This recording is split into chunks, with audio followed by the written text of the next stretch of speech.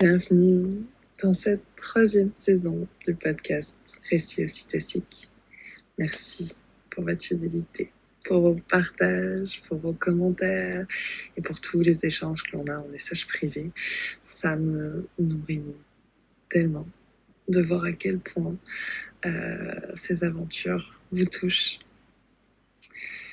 Je vous promets une saison pleine de récits de naissance, riche en ocytocine et puissant d'enseignement.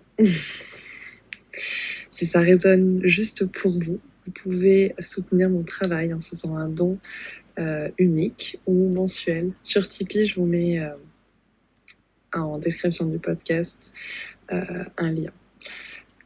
Sur ce, je vous envoie plein de chaud doudou. Je vous souhaite une douce et agréable écoute. Et je vous dis à très bientôt.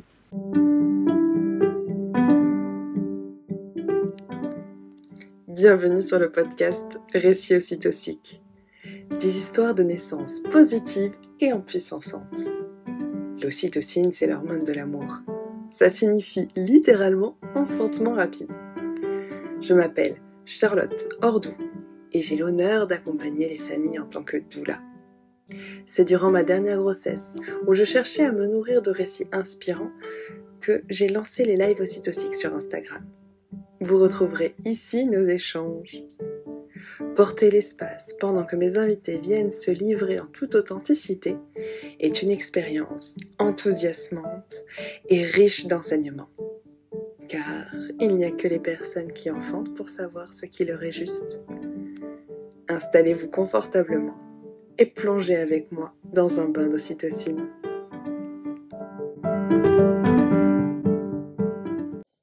Et bonjour! Aujourd'hui c'est un épisode spécial parce que c'est à la base un live papotage que j'avais enregistré avec ma super amie Pauline. Pour moi, ça ne rentre pas dans le cadre d'un récit ocytocique puisque son aventure de naissance ne s'est pas du tout passée comme dans ce rêve, mais je trouvais son expérience tellement puissante et tellement intéressante que j'avais très envie de vous le partager. Donc je le mets quand même, mais je mets comme un peu ce petit message d'avertissement que si vous avez besoin de faire une grosse dose d'ocytocine, que vous êtes en fin de grossesse, je vous invite à passer à un autre épisode. Voilà, je vous souhaite une belle écoute. Pauline, bienvenue chez moi. Je suis contente. Merci d'avoir répondu à mon invitation. Et ce que je te propose, c'est comme... Voilà, j'aime bien proposer aux personnes qui viennent de se présenter avec leurs propres mots parce que je trouve ça toujours plus beau et plus juste. C'est nous dire ce que tu aimes. Yes. Alors, oui, moi c'est Pauline. Je suis maman de 2 enfants. J'aime bien commencer par ça. Finalement, en ce moment, c'est ça qui résonne fort. Avec un premier qui a 4 ans et la dernière qui a du coup 10 mois, 11 mois. On est le 21 ans et demain, elle aura déjà 11 mois. Voilà. Et du coup, je trouve ça très super que ce live tombe à ce moment-là, puisque du coup, ce qui m'est arrivé et ce dont on va parler a eu lieu il y a 11 mois. Voilà. Donc voilà. Ensuite, j'exerce en tant que doula depuis, on pourrait dire quasiment bientôt 3 ans. Donc j'accompagne les femmes, les familles, les bébés, les parents, les papas, les enfants, tout ce petit monde pendant cette période de la maternité. Et ma façon à moi d'accompagner, c'est d'accompagner sur différents plans, mais ce qui m'intéresse vraiment, c'est d'utiliser tous les modes de communication, qui soient communication verbale et non verbale, donc par le mouvement, par la danse, par la méditation, la respiration, par toutes ces choses-là. Voilà, on communique comme ça et c'est chouette. Et puis la deuxième chose, c'est d'amener les personnes en fait à vraiment se libérer des injonctions. Voilà, de vraiment aller regarder à l'intérieur d'eux-mêmes et de pouvoir retrouver leur pouvoir intérieur. Voilà. et ça va encore résonner avec ce dont on va parler aujourd'hui. Donc voilà, et moi je pense que je peux m'arrêter là, mais il y aurait tellement de choses encore à dire parce que j'ai vécu plusieurs vies en une pour l'instant. Euh, donc, ta dernière bébé est arrivée il y a 11 mois. Et comme Ouais, tu as pu le dire, ça ne s'est pas passé comme ce que dans tes rêves tu avais prévu. j'avais pas prévu ça, non. Je me dis que peut-être tu aimerais partager ce vers quoi tu tendais, en fait, Oui, dans le fait ce le projet. en fait. Ouais. Peut-être avant d'aller plus loin, je voulais juste faire une mention de ce dont on va parler aujourd'hui. Il y a des sujets qui sont un petit peu qui peuvent toucher parce qu'on va parler en effet d'un changement d'un projet de naissance. On va parler de relations avec le personnel médical. On va parler du coup des risques liés à une pathologie. Et dans ces risques, on va mentionner la mort fétale in utero. Donc voilà, si ces sujets-là sont inconfortables pour vous, voilà, je vous invite à plutôt accueillir comment c'est, prendre soin de vous et enregistrer parce que je pense qu'on va réussir à le publier ce live, donc il va rester quelque part et à les réécouter voilà plus tard quand ce sera le bon moment. Voilà, c'est déjà la première chose que je voulais vraiment préciser parce que c'est hyper important. Voilà. Et ce que j'ai envie de partager, voilà, d'où vient cet élan, c'est que effectivement, voilà, on parle de pathologie aujourd'hui, de changement de projet et de comment. En fait, c'est un témoignage de comment toi, tu as choisi avec diverses informations ce nouveau chemin qui se présentait à toi. Ouais, Comment tu as c'est ça. choisi tes chemins. En fait, voilà, c'est ça. C'est ça. Ouais, exactement. Allez, on y va. Le projet, c'était quoi? C'était mon deuxième bébé, le projet, c'était de faire une naissance à domicile. Pour moi, c'est ce qui, pour moi, pour nous, pour mon conjoint aussi, mon partenaire, c'était l'évidence après une première naissance qui s'était relativement bien déroulée en milieu hospitalier. On avait envie de plus de cocon, on avait envie de vivre aussi ce postpartum à la maison. Voilà, je pense que c'était vraiment ça l'idée, c'était de ne pas bouger, de toujours rester dans la chaleur de notre foyer avec tout ce qu'on a besoin autour de nous et d'accueillir notre bébé, voilà comme ça, avec la présence d'une sage-femme et c'était tout. Voilà, c'était ce qu'on souhaitait. On avait aussi des envies, et ça j'en parle parce que du coup, changer de projet, ça, c'était aussi lâcher peut-être certaines envies. On voulait faire un bébé lotus, ça veut dire que on voulait pas couper le cordon, on voulait que le placenta, le cordon et notre bébé restent ensemble jusqu'à ce que ça sèche puis que ça se détache naturellement. Sachant que cette pratique-là, en milieu hospitalier, on sait pas trop, hein, voilà.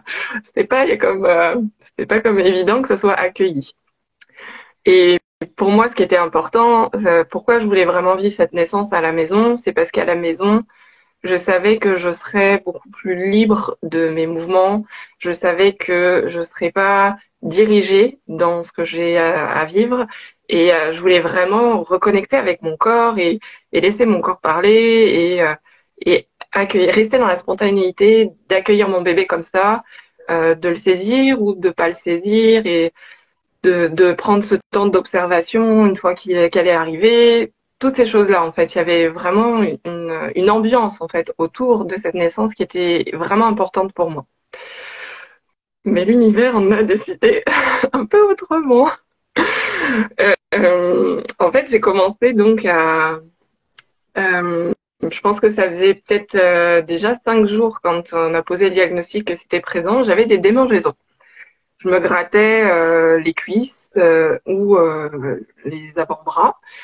Mais ça a duré que quelques secondes, comme s'il y avait quelque chose qui était là et que j'avais vraiment besoin de me gratter. Et ça a duré quelques secondes et puis après, ça passait.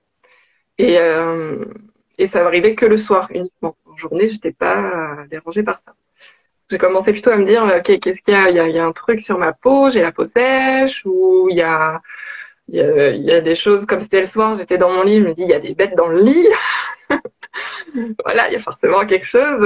Mais voilà, j'avais quand même regardé s'il n'y avait pas un lien avec la grossesse. J'étais tombée sur la cholestase, mais on parlait surtout de démangeaisons au niveau des extrémités.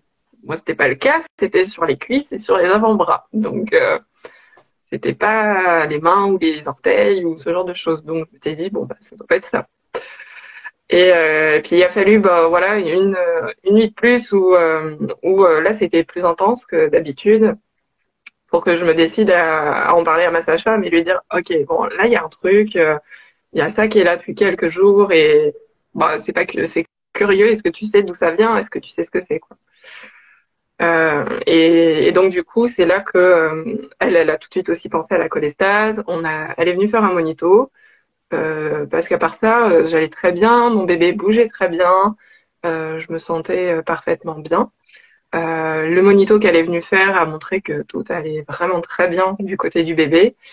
Et sa recommandation, ça a été d'aller au CHU pour faire des prises de sang spécifiques pour poser ou pas ce diagnostic de la cholestase. Donc là, ça commence à faire OK.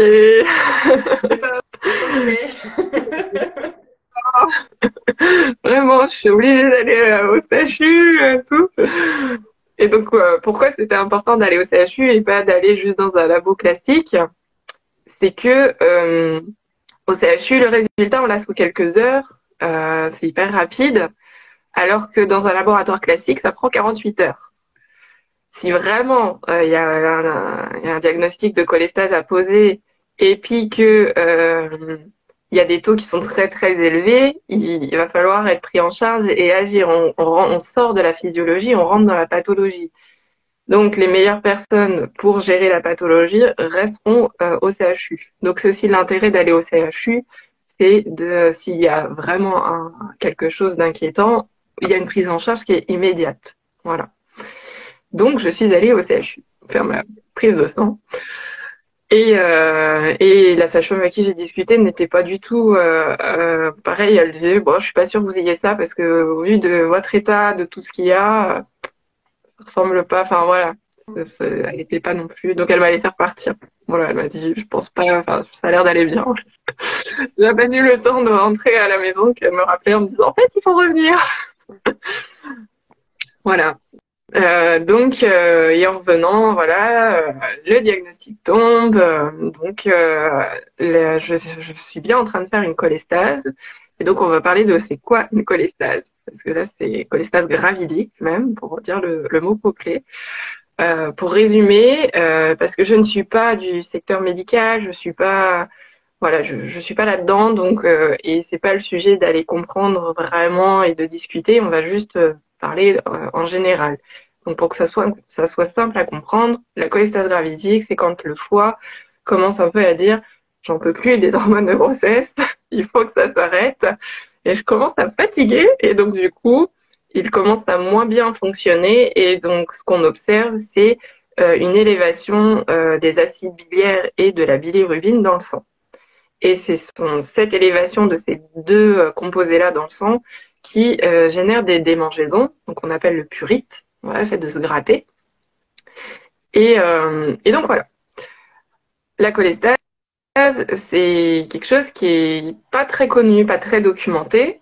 Donc il y a aussi ce côté de, on ne sait pas trop quoi recommander aux femmes enceintes qui en déclarent, et il y a comme un semblant de direction qui semblerait et qui tendent à dire que s'il y a une cholestase qui se déclare, ça dépend de quand.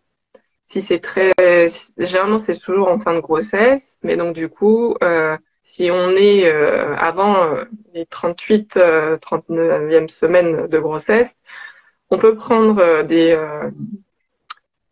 un traitement qui va réduire en fait le taux d'acide biliaire, aider un peu le foie à continuer à fonctionner correctement jusqu'à la fin de la grossesse.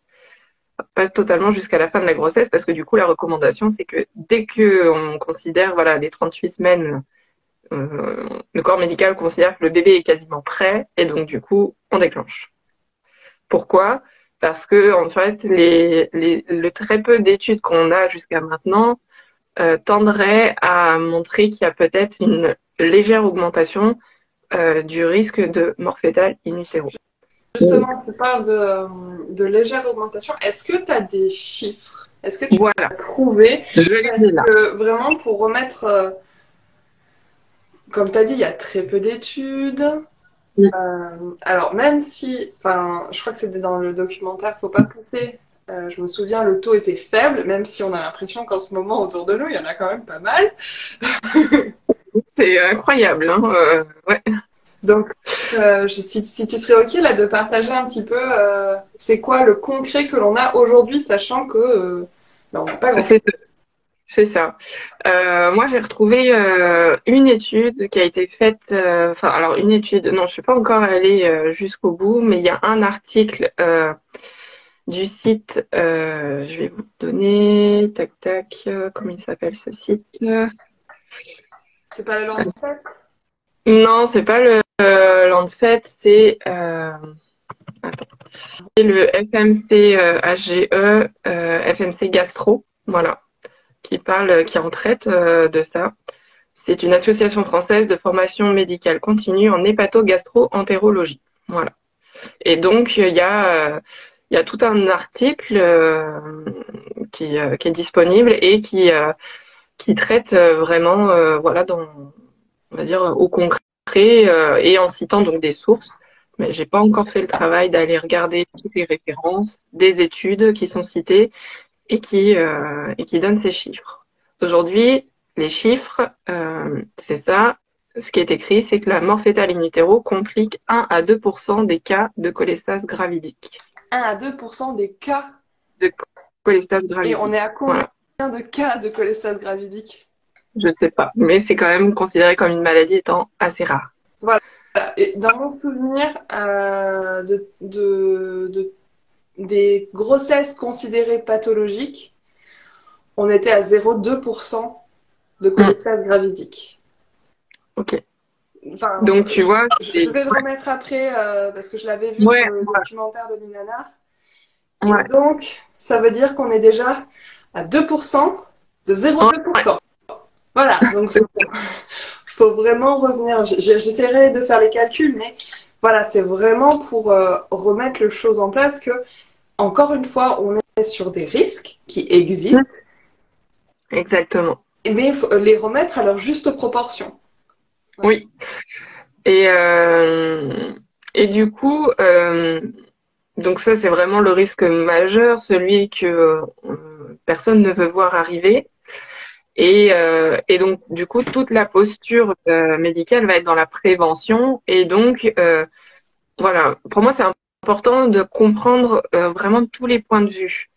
Et dans toute ma démarche, ça a été de les entendre dans leurs messages et de les comprendre.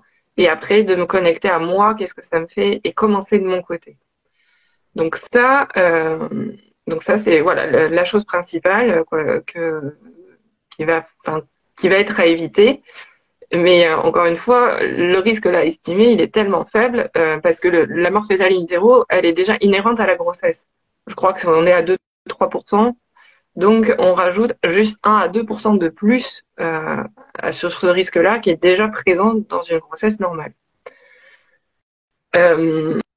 À partir de là, du coup, une fois que ce diagnostic il est posé, il est intéressant de regarder finalement comment sont les taux de bilirubine, comment sont les taux d'acide biliaire. Parce que du coup, la démarche et l'approche, elle est vraiment pas la même. Et là, moi, ce qui s'est passé, c'était très curieux parce que moi, j'ai eu comme toutes les infos, j'étais toute seule, j'ai transmis à mon conjoint en même temps, qui était lui en train de garder notre fils aîné, et puis du coup, c'était comme lui, il fait son cheminement en off derrière parce que je suis pas avec lui, et moi, je fais mon cheminement aussi de mon côté. Moi, de mon côté, je n'avais pas accès à tous ces chiffres. quand j'ai eu le diagnostic, on m'a juste expliqué, voilà, vous faites une cholestase gravidique. La recommandation, c'est le déclenchement. On vous propose la salle physio parce que vous avez déjà mis au monde un enfant, puis qu'en plus, il faisait 4,6 kg, donc on peut avoir confiance et on est OK. Et par contre, cette offre, elle est valable que maintenant. Si vous partez, elle expire, dans le sens où c'est une équipe qui va changer et que du coup, ils peuvent pas se positionner. Eux, ils me font cette proposition-là pour l'équipe qui est en place. Ce sera à rediscuter avec l'équipe suivante, mais l'équipe suivante peut ne pas être d'accord. Et ça, fallait bien que je l'ai en tête si je décidais de revenir et que voilà, je partais. Mais donc voilà. Le truc, c'est que c'est un interne qui est venu m'annoncer ça et qu'il était vraiment refermé sur lui-même. Il me regardait à peine. Il essayait pas de discuter avec moi. Moi, j'avais vu aussi que il y avait un lien peut-être avec aussi le cytomégalovirus, que quand il était contracté en fin de grossesse, il pouvait la transition en fait pouvait donner une augmentation aussi un prurite et une augmentation des acides biliaires et que ça pouvait faire penser à une cholestase, mais qu'en fait c'était autre chose. Mais il restait campé sur non mais il faut déclencher en fait. Voilà, c'est la seule chose qu'il y a à faire. La donnée qui change tout, c'est que j'étais à 5 jours d'accoucher, finalement, en vérité. Voilà, ma fille est née 5 jours plus tard. Et que moi, j'étais déjà au travail à ce moment-là. J'avais des phases de contraction. Donc, c'était vraiment en train de se mettre en marche. Et c'était, voilà, j'étais pas à 35, 36 semaines de grossesse. Voilà, moi, j'étais vraiment sur le tout dernier moment. Et ça, c'est important de le préciser parce que la façon d'agir, elle est, pour moi, elle est différente entre moi, ce que j'ai vécu sur une toute fin de grossesse avec un travail qui est imminent et une cholestase qui se déclare plusieurs semaines avant la fin du terme calculé. Oui, de toute façon, c'est comme tu l'as dit, tu étais en train de vivre un début de travail, tu étais dans cette position-là et ce qui a engendré le cheminement que tu as pris, c'est que c'était juste de faire comme ça. On en discutait l'autre jour où, avec une autre personne, ça a été un cheminement différent parce que ça lui était juste. Je ne sais pas si tu as envie d'en parler. Oui, exactement. C'est ça. En fait, autour de moi, après, il y a eu plein de mamans qui ont déclaré des cholestases et on en a beaucoup discuté. Et je trouve ça très curieux parce que chacune va trouver sa posture et va aller vers ce qui est juste pour elle. J'ai une des personnes que j'ai accompagnées, c'était pareil, ça s'est déclaré à 38 semaines à peu près. Mais ça fait déjà 2 semaines qu'elle en pouvait plus de la grossesse, qu'elle avait juste hâte que ce bébé arrive et qu'elle faisait tout ce qu'elle pouvait pour le mettre dehors. Et j'ai trouvé ça très curieux de me dire, c'est fou au point que même son corps l'a soutenue dans cette démarche. Où le foie a dit, parce que le foie dit stop, j'en peux plus de la grossesse, il faut que ça s'arrête, j'arrive plus, j'en ai assez de gérer ça, et là je commence à montrer des signes de faiblesse, et donc du coup, voilà, il lui a comme fait un cadeau, regarde, je t'offre cette cholestase, et pour elle, du coup, c'était waouh, génial, comme ça là on peut déclencher, et elle a fait tout le déclenchement, et elle a eu une magnifique naissance par voie basse. Voilà, le corps l'a aidée dans ce qu'elle avait envie de faire. Et par contre, à la fois, j'ai une autre maman avec qui on a discuté et qui, elle, s'est déclarée, plutôt vers, je sais pas exactement, mais avant du moins la 38e semaine. Et donc, il y a comme un suivi régulier qui s'est mis en place. Elle suit le traitement qui permet de maintenir ça correctement. Et il y a un suivi régulier qui est en place. Les taux d'acide biliaire et de bilirubine sont relativement bas, assez bas pour se demander même si elle fait vraiment une cholestase.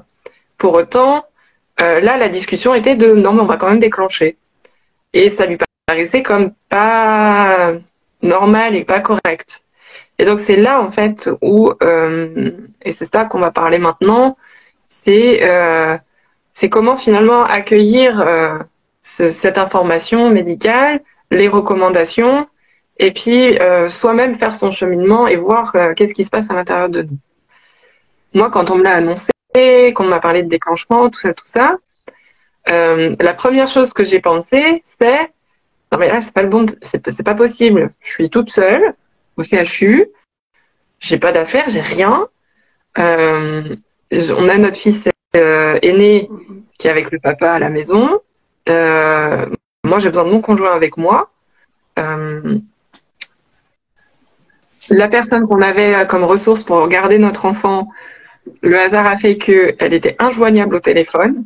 Elle n'était pas chez elle. Donc, c'était comme faire ça de façon précipitée dans l'urgence. Moi, comment je me sentais? Je me sentais hyper stressée, je me sentais inconfortable, je me sentais comme pas du tout dans une énergie de là, je vais donner naissance à ma fille et je suis prête à l'accueillir. Si vous connaissez les besoins d'une femme qui va enfanter, j'étais très très loin de ça en fait. Et donc c'était comme je me voyais me dire mais attends, ok, si je reste, qu'ils déclenchent, etc. et qu'ils font ce qu'ils ont à faire, je vois pas comment là ça pourrait marcher en fait. Parce que je suis pas du tout dans une énergie de je vais donner naissance à ma fille et je l'accueille. Et en plus de ça, je sentais qu'elle était très bien, que ses mouvements étaient ok. Et là, c'est important de le dire parce que du coup, dans cet article dont je vous ai parlé, il y a vraiment plusieurs choses qui sont à surveiller. En l'occurrence, c'est comment va le bébé, son rythme cardiaque, les mouvements actifs du bébé et l'acide biliaire et la bilirubine. Les recommandations, c'est que le taux d'acide biliaire maternel doit rester inférieur à 40 micromoles par litre et la bilirubine maternelle inférieure à 30 micromoles par litre. Moi, j'étais en acide biliaire à 29,1 pour 40. Donc du coup, ça me faisait dire que j'étais encore en dessous de la recommandation. Bébé va très bien au niveau cardiaque, il a passé sa journée sous monito et tout va très bien. Je la sens bouger parce que ma fille bougeait énormément. Donc du coup, voilà, c'était pas un enfant tranquille, je la sentais énormément bouger. Plus le contexte familial qui faisait que quand j'étais partie, mon fils d'ailleurs s'était mis à pleurer, disant mais tu vas revenir. Il était inquiet, etc. C'était plein de choses qui faisaient que là, je ne voyais pas la nécessité de déclencher la maintenant. Et en plus de ça, je vivais des phases de travail actives. Donc, c'était comme, en fait, il n'y a pas l'urgence là. Moi, je ressentais pas l'urgence que le corps médical voulait me faire ressentir. Et on a eu un échange. On a eu un échange après avec mon conjoint qui lui avait appelé d'autres personnes qu'il connaît qui sont dans le secteur obstétrique et qui lui ont dit en effet on n'est pas à 24-48 heures près. C'est ok, on peut patienter. Et donc là on commençait à avoir un autre discours. Des personnes qui disaient ouais, on peut attendre de voir si le travail vient naturellement.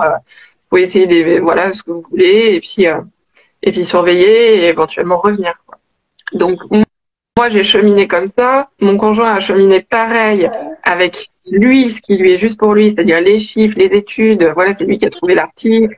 C'est lui qui a appelé notre ami qui est gynéco et qui a vraiment reconstitué le puzzle, qui s'est informé sur la cholestase et il a pris voilà toutes les données. Et du coup, la décision, elle était comme oui, c'est bon, tu peux rentrer. On va prendre le temps. On va pas se précipiter, on va prendre le temps. Et c'est ça que j'ai trouvé ça vraiment intéressant de pas plonger dans l'urgence et parce qu'il n'y avait pas d'urgence en fait. Voilà.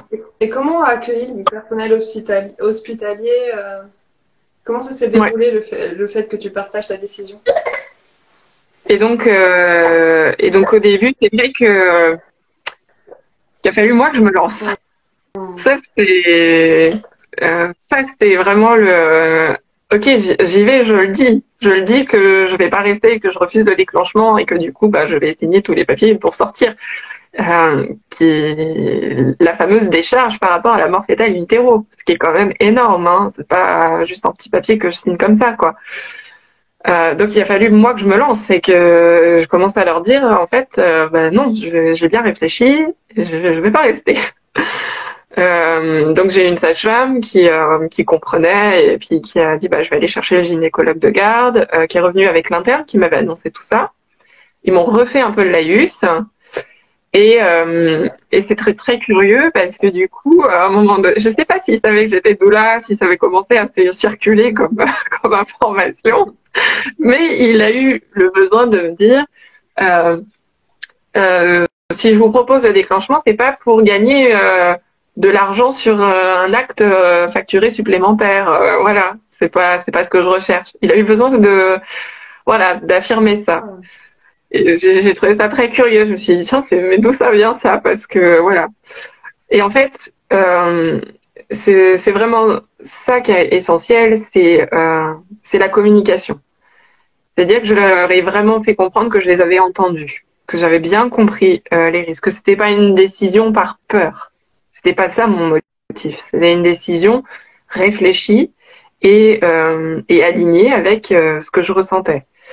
Je leur ai fait part de moi ce que je ressentais ensuite. Et j'aurais vraiment dit ça je vous ai entendu et maintenant j'aimerais pouvoir prendre la parole pour vous dire ce que moi je ressens à l'intérieur. Et là, j'aurais parlé vraiment avec mon cœur, ce que je ressentais, le contexte familial, voilà, la situation et puis tout ce que je ressentais au niveau de mes sensations, le fait que je commençais à être en travail, etc. Et donc, j'aurais dit, vous pouvez me faire confiance. Je vais pas me mettre en danger. Je suis une personne qui est assez réfléchie. Je suis déjà partie une fois. Vous m'avez demandé de revenir, je suis revenue. Donc, soyez certains que je reviendrai quand ce sera le moment et que je sentirai que ma place, elle doit être là. Voilà. Et là, je suis dans mon pouvoir intérieur, en fait, quand j'agis comme ça. Parce que je leur dis que j'ai entendu toute la démarche scientifique. J'ai aussi entendu un autre avis qui dit que c'est rare, qu'on est mal documenté et que au vu de moi, comment va le bébé, comment sont mes acides biliaires, ma bilirubine et comment on bouge mon bébé, on n'est pas à 24-48 heures près. Donc, ok. Et c'est tout ça qui a motivé ça et ils ont vraiment bien accueilli. Il m'a même proposé, il m'a dit, bah alors dans ce cas, on peut programmer un déclenchement pour demain. Et je lui ai dit, mais j'ai pas besoin de le programmer en fait. S'il y a besoin de déclencher, je viendrai tout de suite, quoi. Enfin, voilà, j'ai pas besoin de prendre rendez-vous avec vous. C'est moi qui viendrai à vous quand ce sera le bon moment. Et j'ai pas envie de ce rendez-vous déjà mis à l'avance, je ne sais pas si j'en aurai besoin ou comment ça va évoluer. Voilà. Et c'était ça, l'idée, c'était de pouvoir continuer à suivre ce qui est juste pour moi au fur et à mesure. Pour moi et pour mon conjoint. Voilà.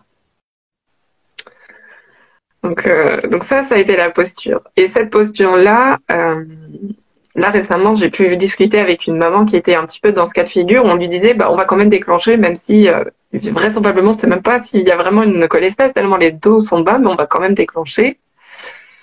Et du coup, ben, j'ai pu l'accompagner à ce qu'elle connecte à ça en fait, et à cette posture. Et j'ai vraiment adoré son retour parce qu'elle m'a dit, c'est incroyable comme en pouvant poser mes mots calmement, en parlant, en ayant eu cet échange avec toi, puis après en ayant pu échanger avec eux, essayer de mettre de la logique dans ce qui se passait, discuter avec les bonnes personnes, les portes se sont ouvertes. Ce qui passait improbable quand elle est arrivée, elle se disait c'est fichu, je vais être déclenchée, je suis comme personne ne me demande mon avis, personne ne m'entend. Et là, d'avoir osé me lancer et puis d'avoir ouvert la discussion et d'avoir essayé de dire on va faire ensemble. Et c'est pas vous qui faites pour moi, c'est nous ensemble. Moi aussi j'existe et j'aimerais faire partie de cette décision-là. C'est légal déjà, hormis ce côté-là. C'est juste mon corps, hein. Voilà. Voilà. Et elle s'est lancée et elle m'a dit mais c'est comme si le miracle avait pu exister alors que a priori au tout début de la journée ça paraissait improbable.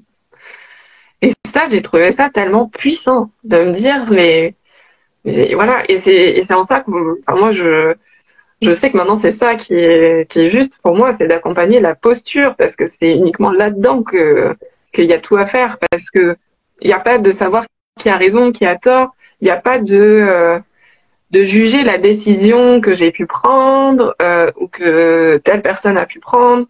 Voilà, c'est chacun se responsabilise. On a tous un avis et c'est votre avis.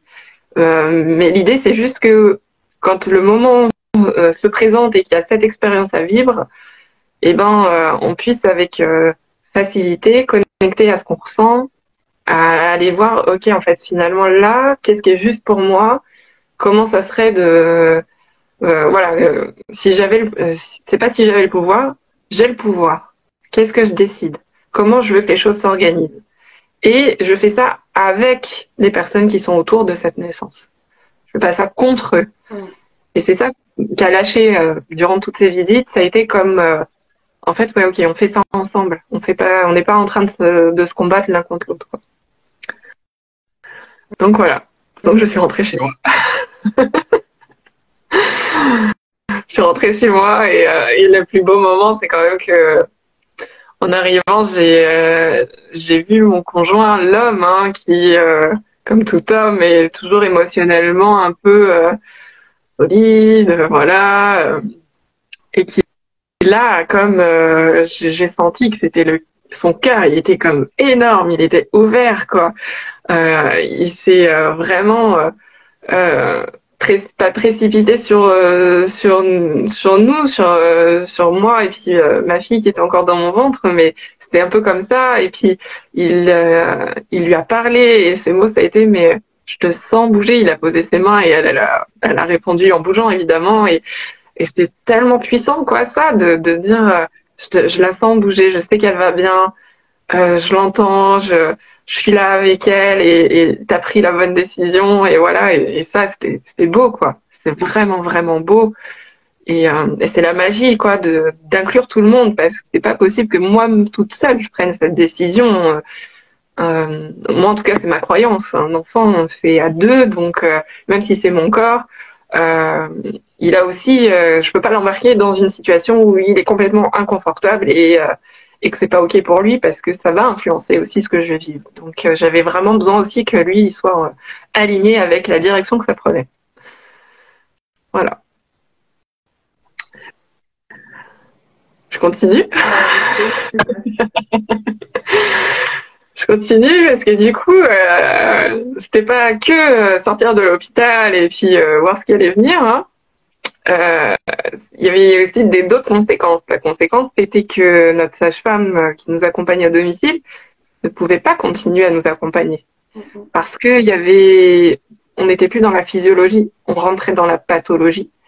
Et que du coup, il y avait quand même une recommandation du corps médical de déclencher et que moi, j'étais allée contre eux.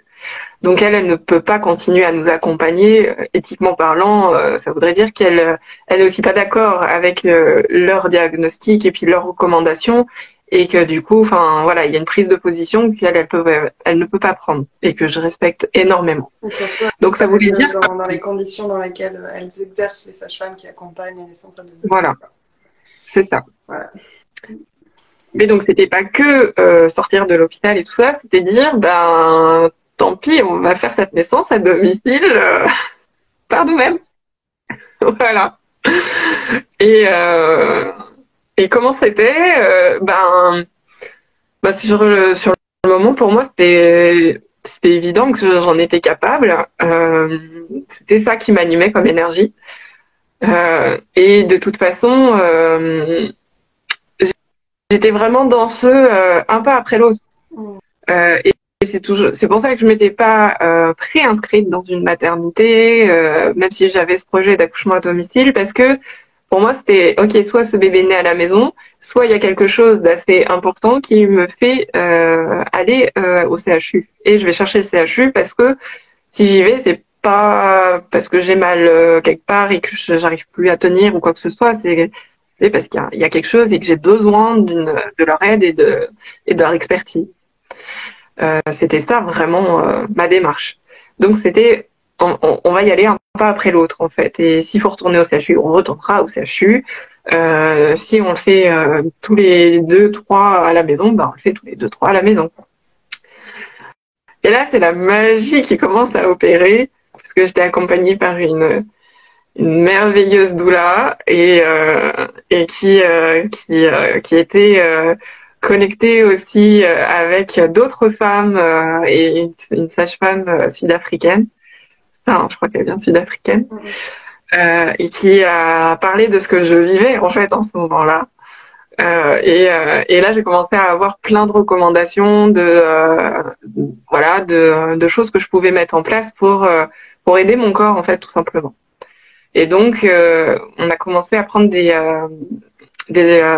tisanes de racines de pissenlit sur cette recommandation. Et ça a plutôt bien fonctionné parce que du coup, ce qu'on a quand même demandé à ma sage-femme, c'est d'avoir juste une prescription pour continuer à faire des prises de sang pour suivre les acides biliaires, leur évolution et la bilirubine. Et donc j'ai bu cette décoction de racines de pissenlit que je trouvais très bonne. Tout le monde me disait ça va être horrible et tout, mais en fait non. Et ben la preuve c'est que mes acides biliaires ont diminué. Ils sont passés de 29,1, je suis passée à 18, ce qui est quand même assez énorme. Donc il y avait comme un côté ok, ça fonctionne bien. Je dis pas maintenant que toutes celles qui déclarent une cholestase gravitique devraient prendre des racines de pissenlit. Hein. Ça, c'est mon expérience. C'est ce qui résonnait juste encore une fois quand on me l'a proposé. C'était comme, oui, ok, j'ai confiance en ça. Parce que, moi, j'utilise les plantes, voilà, au quotidien et que ça me semblait comme juste et ok. Ce que je trouve Mais pas encore une magique aussi, c'est que tu aies trouvé ça bon. Ouais. Ça me fait penser, tu sais, quand j'ai mangé, j'ai mangé je pense que j'ai mangé un Loki, mais Ouais. au moment où j'en ai eu besoin, j'ai trouvé ça bon. J'ai retesté, je crois que ça devait être 2 heures après, j'ai trouvé ça dégueulasse. Ouais. J'en avais pas besoin en fait. C'était par prévention, je m'étais dit au cas où, et j'avais trouvé ça Ouais. dégueulasse. Et donc C'est là, ça. que t'aies trouvé ça bon, C'est ça. tu vois, c'est tout à fait. Mais oui, bien sûr, je pense que, enfin moi j'y crois en tout cas que ce vers quoi on est attiré au niveau alimentaire, c'est pour nourrir des choses dont notre corps a besoin. En tout cas, enfin c'est comme ça que les bébés mènent leur diversification alimentaire. Ils vont aller vers les aliments dont ils ont besoin et qui les attirent. Voilà. Donc ça, enfin moi j'y crois énormément. Donc ouais, c'est clair. Donc voilà. Et ce qui a été énorme pour moi aussi, c'est que là, d'un coup, il y a comme un village qui s'est ouvert autour de moi de soutien. Bien sûr qu'il y avait toi, Charlotte, qui était là. Il y avait la voisine qui est enfin revenue et, euh, enfin, qui est pas juste une voisine, non, c'était vraiment une amie de cœur, donc qui était aussi présente. J'avais mon petit groupe finalement de soutien lié au Blessing Way qu'on avait fait. Enfin, Les groupes et WhatsApp, puis c'est trop bien. voilà, un groupe WhatsApp, une autre amie Doula qui est sur Dijon. Enfin, voilà, il y avait d'un coup toute cette ouverture et puis toute cette communauté encore plus loin que voilà que cette communauté de sages-femmes et puis de femmes autour de la naissance et qui avaient toutes les nouvelles de comment ça avançait cette naissance. Ça durait 5 jours, donc voilà, ça s'est comme ouvert le lundi soir et puis ça a suivi quoi. Donc c'était vraiment énorme quoi, comme de ressentir ça et de ressentir cette connexion. Voilà. Bien sûr, du coup, là, la grosse question, c'était, ok, comment tu te sens, toi, mon conjoint, de faire cette naissance sans la présence d'une sage-femme? C'était pas du tout ce qu'on avait prévu de faire, quoi. Et sur le moment, la première intention, c'était, oui, je serai ton sage homme. Ça, c'était l'amour qui parlait, le cœur qui parlait, voilà, qu'il se sentait capable de m'accompagner puis de gérer. Et après, il y avait le côté parce que la nuit est passée, moi je ne faisais que alterner des phases de travail, des phases de repos. C'était très très perturbant. Le travail s'est lancé, ne s'est jamais arrêté, donc je découvrais ce truc d'un travail qui se lance, mais qui s'arrête. Voilà, ça c'était épuisant d'être confronté à ça. Mais donc les journées passent et là, en fait, moi ça reste comme ça. J'ai des phases de travail où c'est de plus en plus fort, de plus en plus efficace, mais ça s'arrête à chaque fois. Voilà, ça faisait comme j'avais 3 heures de travail et après pendant 2 heures j'étais tranquille et après ça repartait 3 heures de travail et voilà, ça alternait comme ça. Et j'étais au courant que ça pouvait arriver, donc je savais qu'il y avait juste à l'accueillir, laisser aller Et puis voilà. Ce qui s'est passé du côté de mon conjoint, c'est qu'à un moment donné, il y a le mental qui est revenu, les peurs qui sont revenues, et puis que je crois que pour lui, comme il avait été rassuré par on n'est pas à 24-48 heures près, bon, c'était un peu ça, et puis le temps passait, et en fin de compte, il y avait rien, voilà, il y avait un peu comme une stagnation, j'étais toujours en train de me mettre en travail et de m'arrêter, et là où on attend la naissance, en fait. Ma sage-femme continuait juste à prendre de mes nouvelles pour savoir qu'est-ce que je faisais, où j'en étais, voilà. Et j'ai apprécié ça, c'était que c'est pas parce que elle ne pouvait plus nous accompagner à domicile que du coup elle sortirait totalement. Elle continuait quand même à être présente, à prendre des nouvelles et à savoir comment j'allais en fait, hein, tout simplement. Et puis bon, le temps a vraiment passé, puis bon, c'était voilà, c'était la stagnation, mercredi. Et puis jeudi, je crois qu'on commençait vraiment, même moi, je commençais vraiment d'avoir marre. Et du coup, ma sage-femme m'a refait une visite. Voilà. Elle a dit, je vais venir te voir, on va faire un monito, on va voir comment ça se passe pour toi, comment va ton bébé. Tout le monde allait toujours très très bien. Mais moi, je commençais vraiment à ne plus aller aussi bien que ça. Je ne sais pas... là, pareil, ce sera l'inconnu. On ne sait pas pourquoi ça s'est... Voilà, qu'est-ce qui était là, qu'est-ce qui fait que ça n'allait plus très bien de mon côté, physiquement parlant. Moi, j'aurais tendance à dire, c'est que l'univers m'a vraiment poussé au pied, là où je devais être pour donner naissance, et ça a été un chemin. Voilà, ça a été un chemin, et j'avais beaucoup de choses à lâcher, beaucoup de peur à lâcher. Mais en fait, le jeudi, c'était comme évident que ma fille ne naîtrait pas à la maison, en fait. C'était pas là. C'était évident, c'était clair que c'était pas là que la naissance aurait lieu. Donc il y avait ça qui était présent et finalement ma sage-femme m'a proposé quelque chose d'incroyable. C'était de prendre tout ce projet, tout le paquet là, et de l'emmener dans la salle physio du CHU. On revient à la première proposition qui m'avait été faite le lundi, d'avoir accès à cette salle physio pour vivre cette naissance et voilà. Et c'est juste que là, j'avais ma sage-femme avec moi en plus.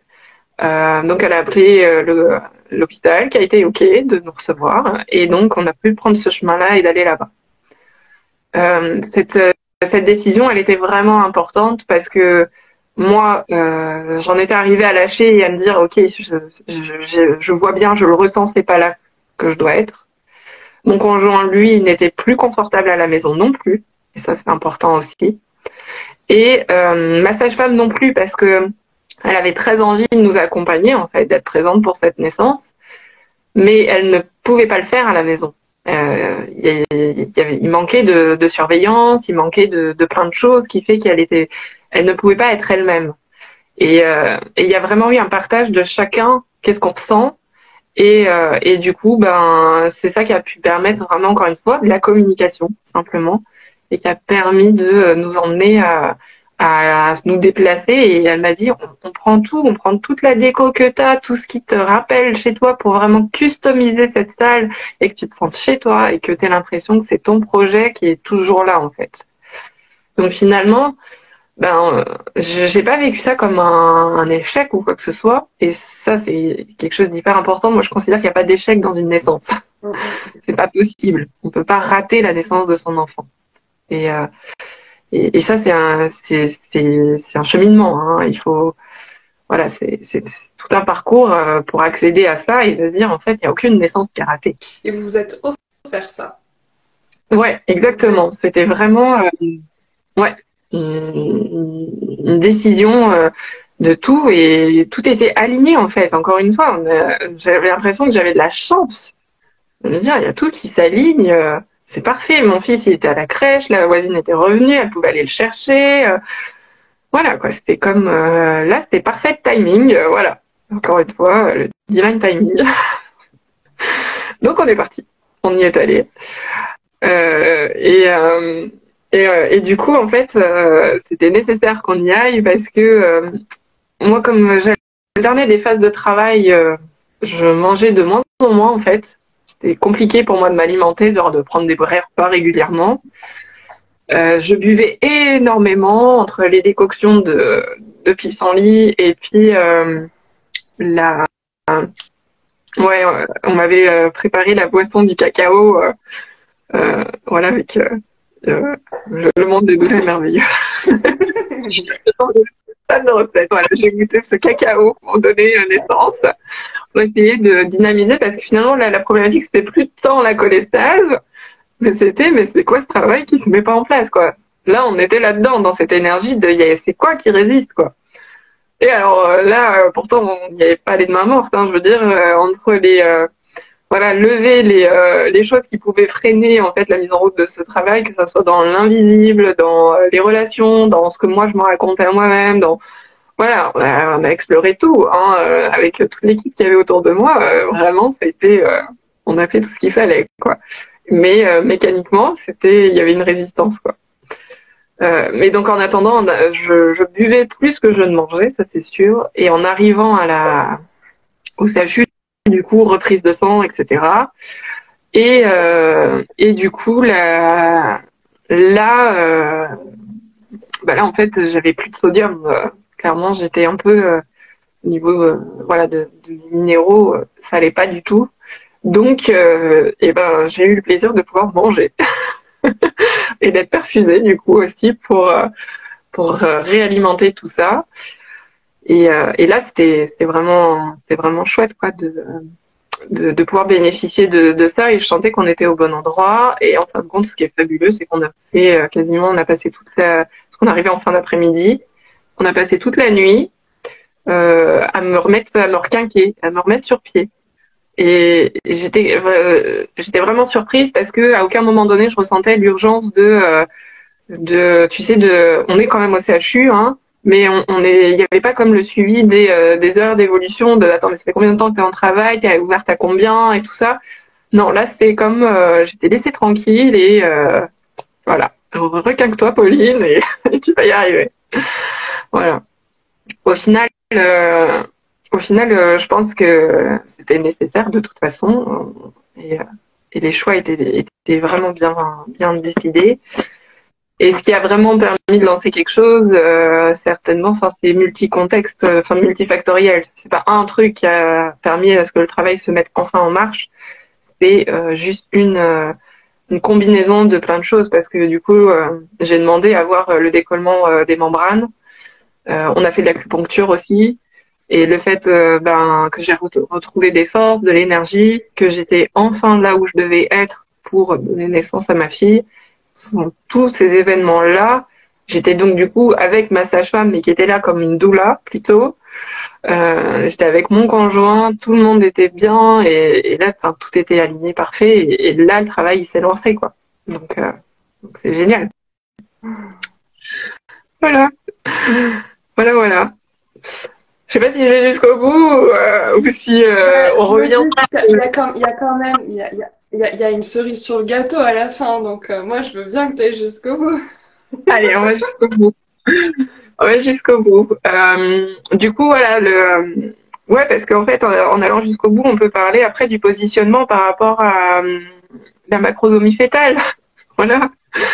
C'est un autre sujet, hein, qu'on peut considérer comme pathologie ou pas, mais ça arrive à beaucoup de mamans, hein, ou en diagnostic, enfin, je sais pas trop qu'est-ce qu'on diagnostique, mais sur certains éléments, on considère que le poids du bébé estimé va être d'un bon poids, supérieur à 4 kilos, et du coup, ça peut être comme un peu inquiétant au niveau de la naissance. Voilà. Ce n'est pas une pathologie, je le dis juste, ce n'est pas une pathologie. Et c'est ça, et c'est pas une pathologie. Encore une fois, je pense que c'est plus changer de regard, regarder du côté du personnel médical qui est peut-être confronté à des naissances qui ont lieu dans des contextes difficiles, et qui, combiné à un bébé d'un bon poids de naissance où son chemin est comme perturbé, n'est pas respecté en termes de temps, d'avancement, de position, et bien ça entrave en fait sa sortie, et du coup on fait face à des difficultés pour ce genre de bébé à sortir. Voilà. Moi, j'ai la conviction que si on laisse, et encore plus, une femme qui met au monde un bébé d'un bon poids, si on la laisse libre de ses mouvements et qu'on laisse vraiment le rythme de la naissance sans le perturber, il n'y a pas de raison qu'il ait du mal à sortir. J'ai mis au monde donc 2 bébés de 4,6 kg, le premier sous péridurale et la phase d'émergence de la tête a duré 45 minutes. Hein. C'est énorme, 45 minutes. Mais la sage-femme ne savait, j'ai eu de la chance, la sage-femme ne savait pas que c'était ça qui était là, en fait. Elle n'avait pas lu mon dossier. Donc, elle m'a laissé plus de temps et elle m'a confié qu'elle aurait agi différemment si elle avait su. Et c'était encore une belle leçon qu'elle avait eue parce que, elle n'a pas regardé les données, elle s'est fiée à ce qu'elle voyait là et à comment moi j'étais et mon bébé est né parfaitement bien, sans déchirure, sans outils, sans quoi que ce soit. Quelle leçon. Elle ne savait pas et elle l'a laissé faire. C'est ça.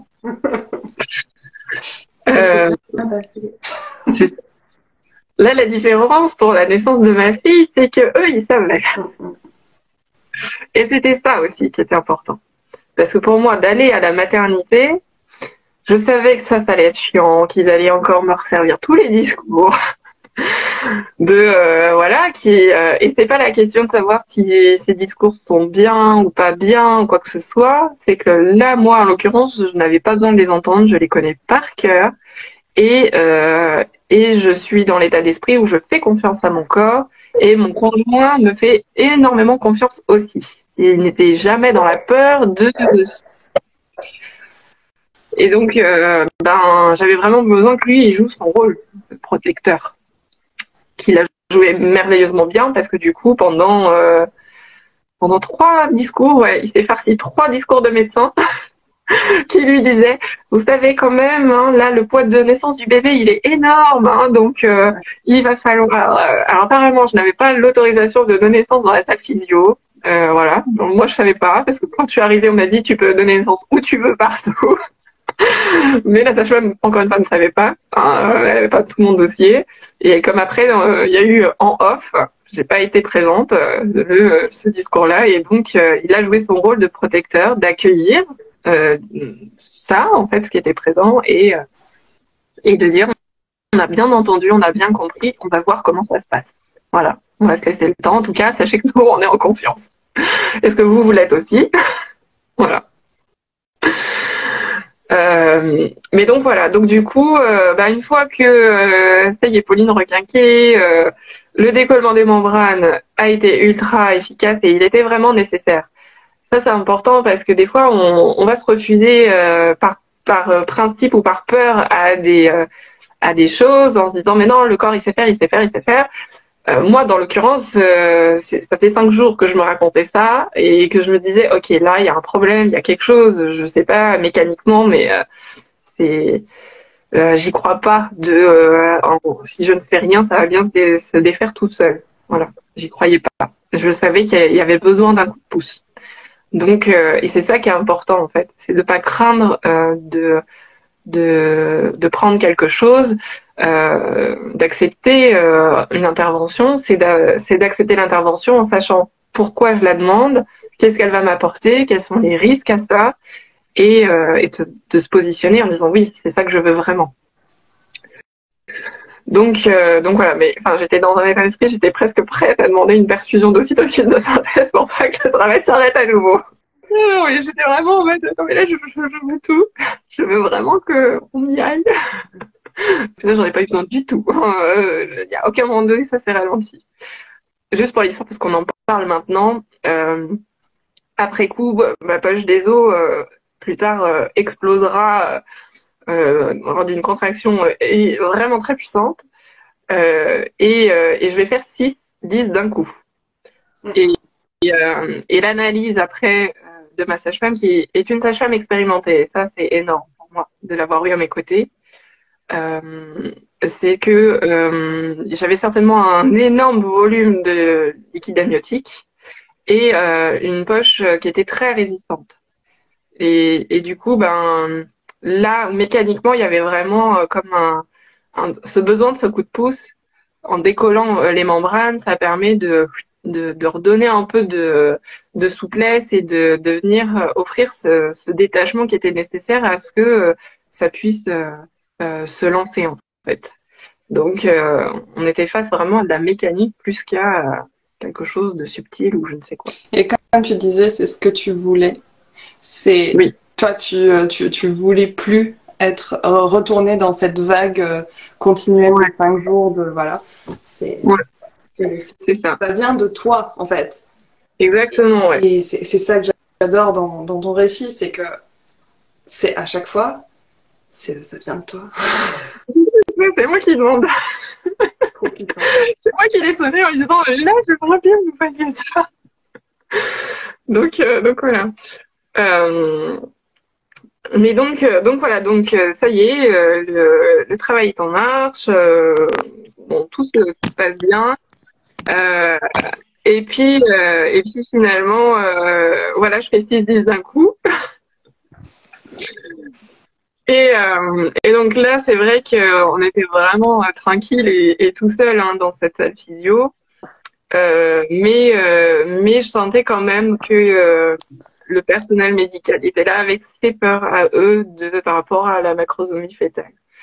Donc il y a eu besoin parce que ben forcément quand ça fait 6-10 d'un coup, il y a une perturbation qui après discussion en fait et recherche est en fait normale du rythme cardiaque du bébé qui est descendu d'un coup. Bébé descend et donc du coup voilà quoi c'est moi ce que j'ai ressenti c'était quand même très violent hein, ce qui m'est arrivé à ce moment-là. Donc est-ce que ouais, il faut aussi que je rajoute ça en plus, c'est que j'ai un utérus pendulaire. C'est quoi un utérus pendulaire? C'est un utérus qui pointe vers l'avant. Donc en fait, pendant toute la phase de travail, jusqu'à ce qu'on arrive au 10, voilà, et que ça soit enfin ouvert, euh, ma sage-femme utilisait le rebozo autour de mon ventre et en fait, l'utérus pendulaire, on va dire que l'utérus normalement il est comme ça. Chez moi, en fait, il est plutôt comme ça. Et donc le job de ma sage-femme, c'était de mettre le rebozo autour du ventre pour à chaque contraction ramener mon utérus pour qu'il soit parfaitement aligné avec le col et que ça descende comme ça. C'était un travail physique, vraiment physique. Je sentais elle donnait de toute sa personne pour engager. Et moi, j'avais besoin de ça. Et c'était magique parce qu'elle avait cette assurance quand elle passait le rebozo à mon conjoint pour qu'il le fasse, qu'il n'avait jamais testé vraiment. C'était pas possible. Je hurlais en disant non, non, non, non, là, il faut que ça, il faut vraiment, voilà. Donc j'avais besoin de cette expertise et de ce savoir-faire, d'y aller franco et de ramener cet utérus aligné. Donc la violence que j'ai ressentie, parce que ça, on en parle souvent de la douleur, de l'accouchement, de tout ça. Moi, je dis quand il y a de la douleur, c'est vraiment quand il y a eu de la libération, voilà, de ces schémas de pensée. S'il persiste de la douleur, c'est qu'il y a quelque chose peut-être au point de vue mécanique. Et moi, c'était vraiment mon cas. Mécaniquement parlant, je savais que ça serait douloureux parce que du fait que l'utérus est pendulaire, bah, là ici c'est comme s'il y a la symphyse pubienne et ça appuie et ça appuie et ça appuie et ça frotte, ça frotte, ça frotte jusqu'à créer une inflammation et créer une douleur vraiment insoutenable. Donc il fallait il fallait que ça passe par là de toute façon. Et donc voilà et finalement petit aparté parce que j'ai trouvé ça chouette parce que c'est monté crescendo, crescendo, crescendo, crescendo. Et c'est qu'à partir du moment où j'ai arrêté de contrôler de ma respiration, ma voix, parce que je vocalisais énormément, comment j'étais dans les graves et tout, et que c'est qu'à partir du moment où j'ai comme dit, ok, j'abandonne, en fait, là, j'ai vraiment très mal. Et que surtout, c'est que je hurlais à la péridurale, évidemment, comme toutes les femmes. J'étais en pleine phase de désespérance, en fait, hein, tout simplement. Mais ça, je savais pas, parce que moi, on me disait que j'étais assise, alors du coup, je me disais, non, les phases de désespérance, c'est plus tard. Mais si, en fait, j'en étais rendue à ça. Et c'est encore une fois, ça démontre en fait l'incohérence voilà, qu'on peut pas relier les données de centimètres et d'ouverture à tout ça. Mais donc, d'en être à ça et puis j'ai abandonné. J'ai dit, bah, en fait, je lâche tout parce qu'ils m'entendaient pas. En fait, ils me disaient mais si tu vas y arriver, mais non. Souviens-toi qu'est-ce que tu dis à tes mamans quand tu les accompagnes à ce moment-là, machin. Je disais mais ils entendent pas en fait à ce que je dis. Et donc je me suis laissée vraiment envahir par ce que je ressentais. J'ai arrêté de le contenir. Je l'ai laissé prendre possession de moi. Et en laissant ça, déjà moi je l'ai été entendue et la contraction suivante, c'est là où la pochette a explosé et où j'ai fait 6-10 ans. Et là c'est énorme en fait, tout ce qui venait de se dérouler quoi. Et quelques instants après, ma fille naissait. Donc voilà, c'est encore une fois une belle leçon de. Et c'est en ça que moi j'aime libérer les femmes des injonctions. L'injonction, ah non, il faut que je respire, il faut pas que je, voilà, il faut que je garde la maîtrise, garde le contrôle. Non, ouf. Ça me fait penser à Michel Audin. Tant que t'es Oui, dans ton... Enfin, tout ça, toutes les histoires de faut que je respire, faut que je reste dans le grave, oui, ces injonctions-là, t'es dans ton mental, t'es dans ton néocortex, t'es dans ta exactement. réflexion. Mais Ouais, si tu ouvres c'est les ça, bras à ce qui te traverse et tu c'est t'abandonnes ça. à ce qui se passe, ça Ouais, c'est libération totale et tu plonges dans l'inconnu, dans la puissance de l'enfantement. exactement. Ouais. C'est c'est exactement ça que j'ai ressenti à ce moment-là et c'était vraiment puissant quoi. Et donc du coup 10 voilà, le bébé qui accueille aussi ce moment de violence qui vient de se passer et donc là du coup tout le monde arrive en mode oh là là, qu'est-ce qui s'est passé?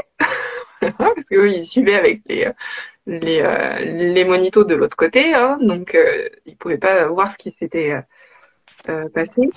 Et donc là, il y a vraiment eu perturbation, par contre, de la naissance. Euh, C'est-à-dire que du coup, j'ai eu un produit pour faire une pause. Donc ma fameuse péridurale, je l'ai comme eu. Il y a eu pour faire une pause, cette pause pour m'installer, faire une écho, faire un toucher, voir où on en était, voilà. Et mais en même temps, je suis à l'hôpital. Donc c'est toujours ce que je dis, c'est je suis je suis venue à l'hôpital, donc je sais que eux, ils ont besoin de se rassurer pour faire bien, pour que eux se sentent confortables, ils ont besoin de tout ça. Et moi, en même temps, ça m'allait bien aussi parce que j'en avais besoin sur ce moment-là. Ça m'a fait du bien de respirer pendant 2 minutes chrono, 2 minutes chrono avant de que ça reparte, quoi. Mais donc là, il y a vraiment eu euh, quelque chose qui est hyper important et riche, c'est que il y a comme on pose un décor de je suis allongée sur la table et j'ai tout le monde autour de moi.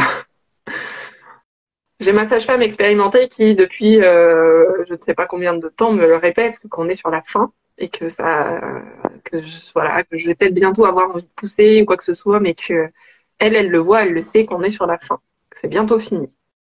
Je sais pas comment elle fait, mais voilà. J'ai la sage-femme et la gynéco qui m'ont dit que ça y est, j'étais à 10, mais qui avec l'écho montre qu'elle est bien positionnée et qu'elle est encore assez haute, qu'elle n'est pas engagée. J'ai mon conjoint qui, lui, il est à 2 millions de pourcents avec moi, il n'a pas peur, il a confiance, il n'est même pas terrifié par ce qui vient de se produire, parce que j'étais vraiment dans un état vraiment plus que animal et sauvage. Mais lui, il est comme un roc. Il est là, il est hyper confiant. Il sait que je le fais et il se pose aucune question en fait, hein. Il y a moi, voilà, mon mental, ma partie mentale, qui analyse tout ce petit monde autour. Et puis il y a la question de parce que en fait, j'avais demandé la péridurale avant, et là on me pose cette question, vous décidez quoi? Est-ce que vous voulez encore la péridurale?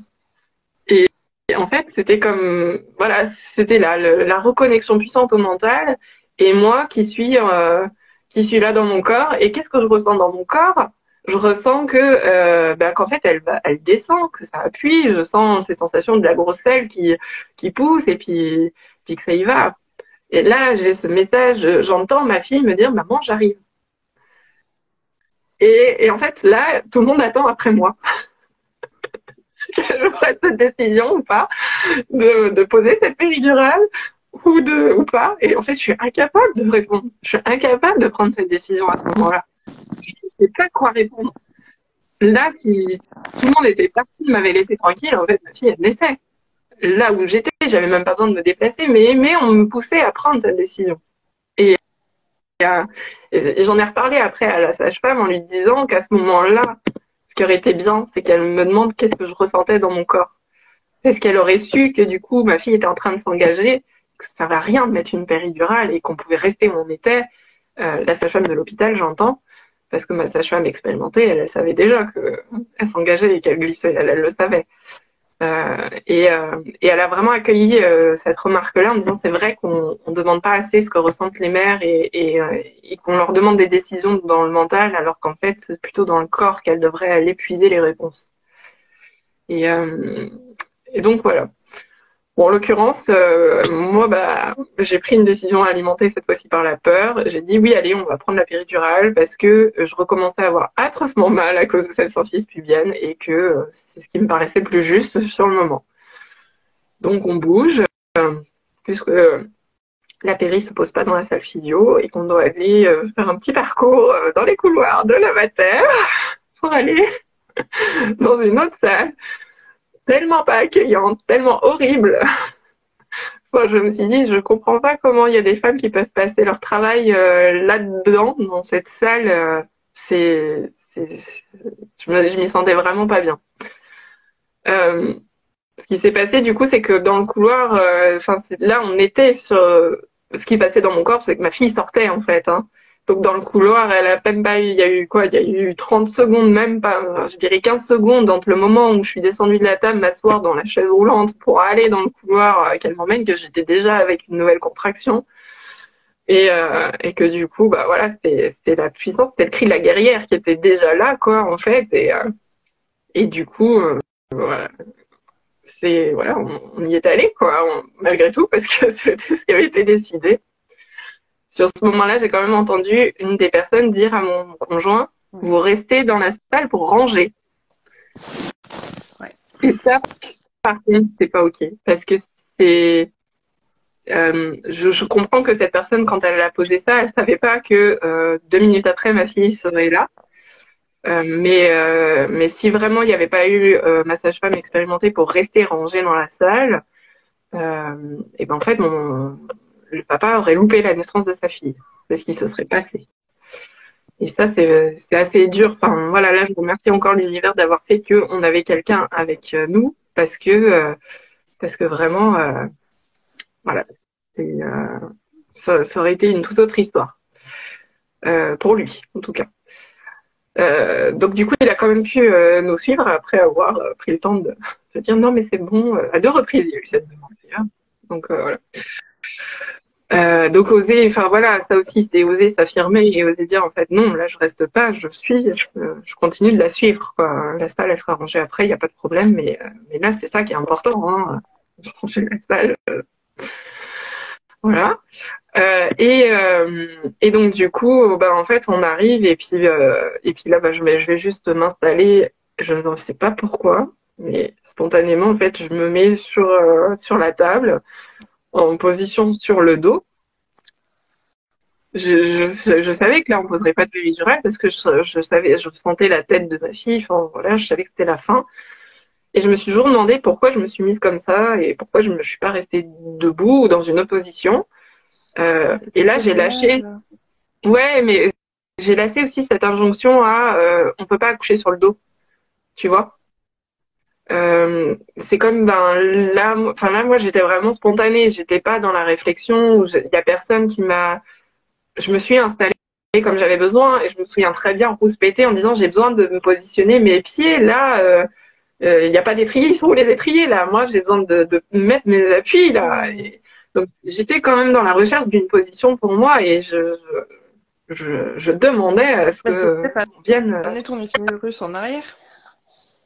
Et voilà, en fait, en étant sur le dos, la gravité aide. L'utérus était vraiment le plus aligné possible.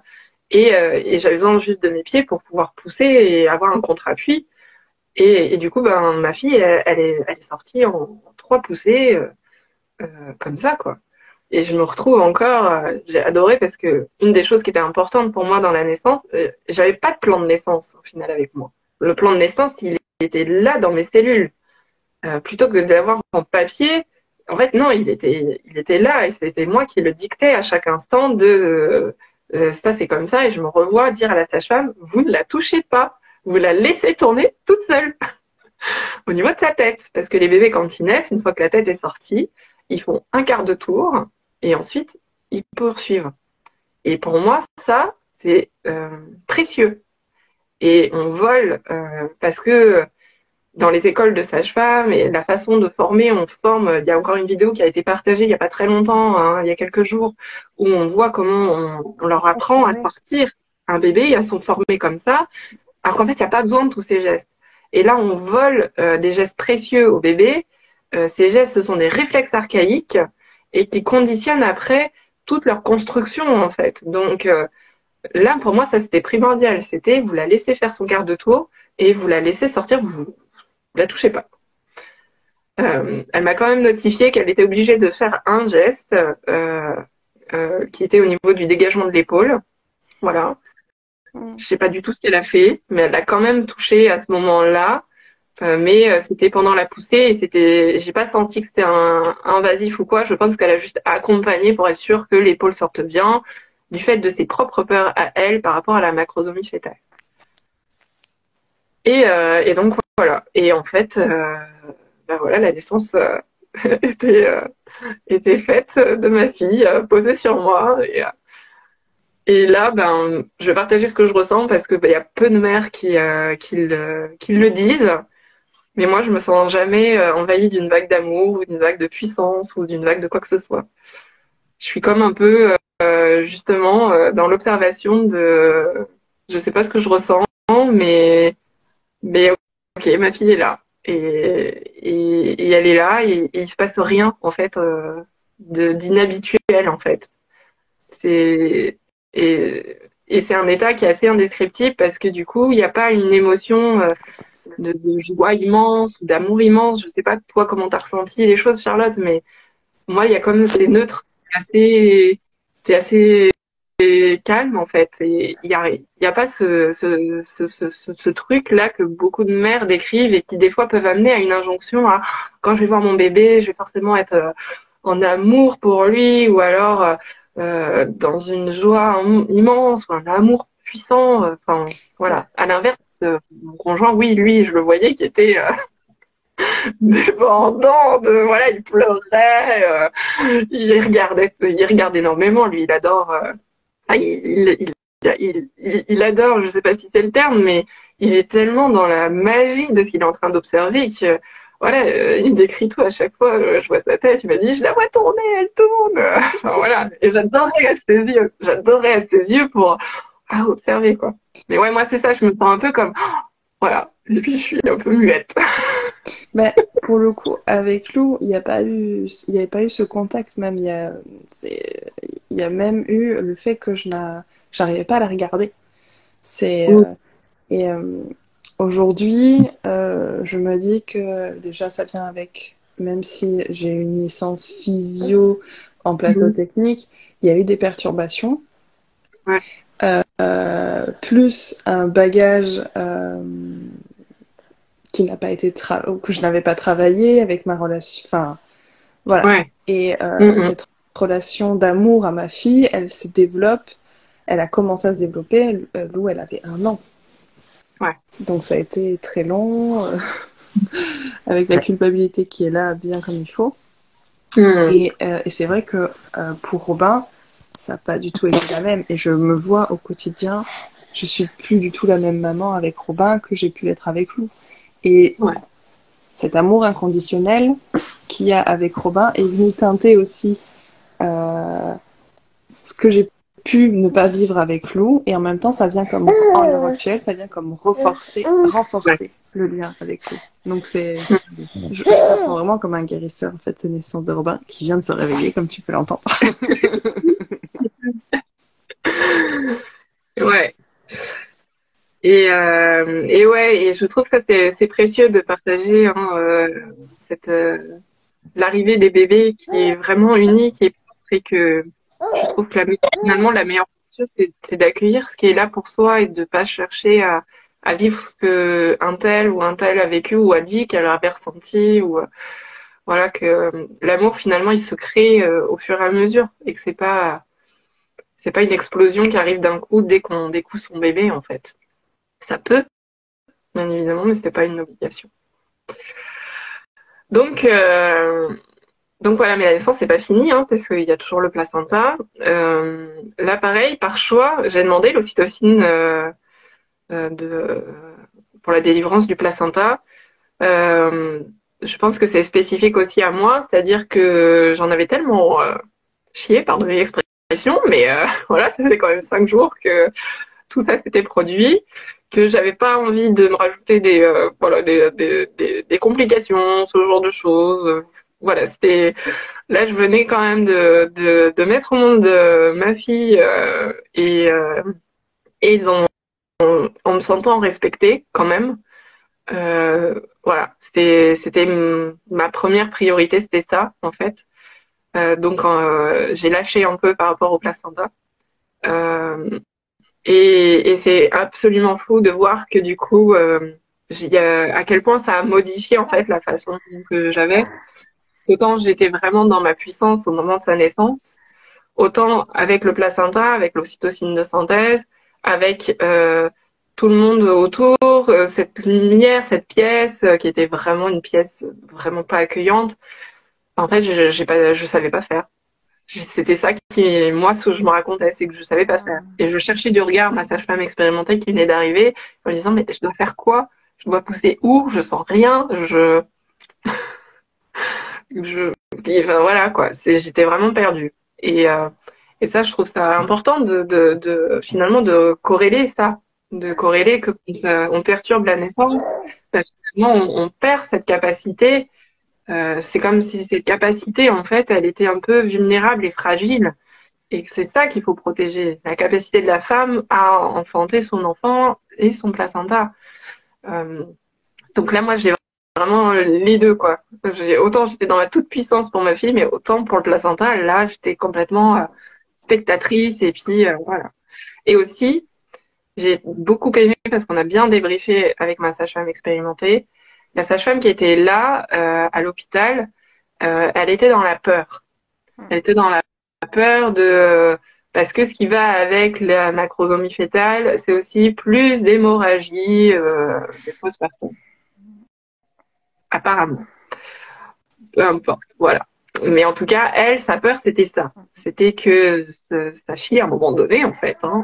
Et donc, elle était assez, voilà, elle observait avec sa lumière et elle restait campée devant à attendre et elle touchait, elle cherchait, enfin voilà, comme si elle était dans l'attente de quelque chose. Et ça, moi, je le percevais, je le ressentais, sans arriver à mettre des mots dessus, mais je sentais cette inquiétude qui ne m'aidait en rien, en fait, à reconnecter à ce que j'ai à faire sur ce moment-là, quoi. Et donc, on sait qu'un placenta, ça ne sort pas forcément 10 minutes après la naissance du bébé. Voilà, c'est encore quelque chose qui se respecte et qui suit son propre rythme. Donc là, on était dans quelque chose de totalement perturbé. Mais néanmoins, notre projet, c'était quand même le bébé Lotus. Et voilà, donc on y arrive, parce que là, on en parle. C'est quelque chose qu'on avait pu poser depuis notre arrivée à 2 équipes différentes. Et on est en CHU de niveau 3. Les 2 équipes ont accueilli notre projet avec ouverture. Et ils disant, ok, ça nous choque pas comme demande et si c'est que ça, votre demande, il ne devrait pas y avoir de problème en fait. Donc on a pu faire un placenta lotus. La sage-femme d'ailleurs de l'hôpital était vraiment très...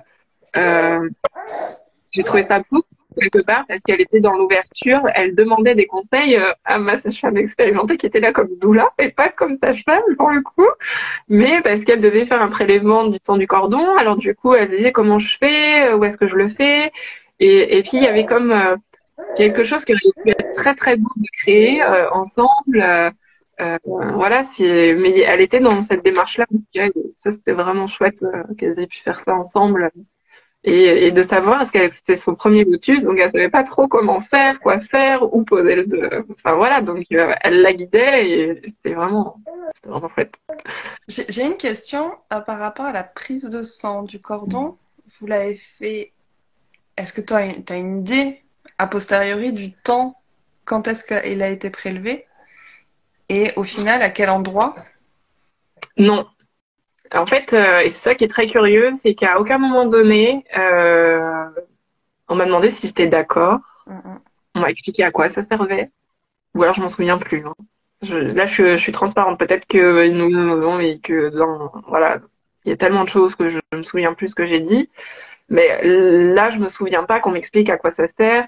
J'ai eu du mal à comprendre ce qu'elle voulait faire au départ. Enfin voilà, c'était très abstrait et c'est plus comme là, je sentais que c'était elle qui disait j'ai cette tâche à faire. Ouais. Je dois accomplir ça, ça fait partie de mes obligations. Comment je me débrouille?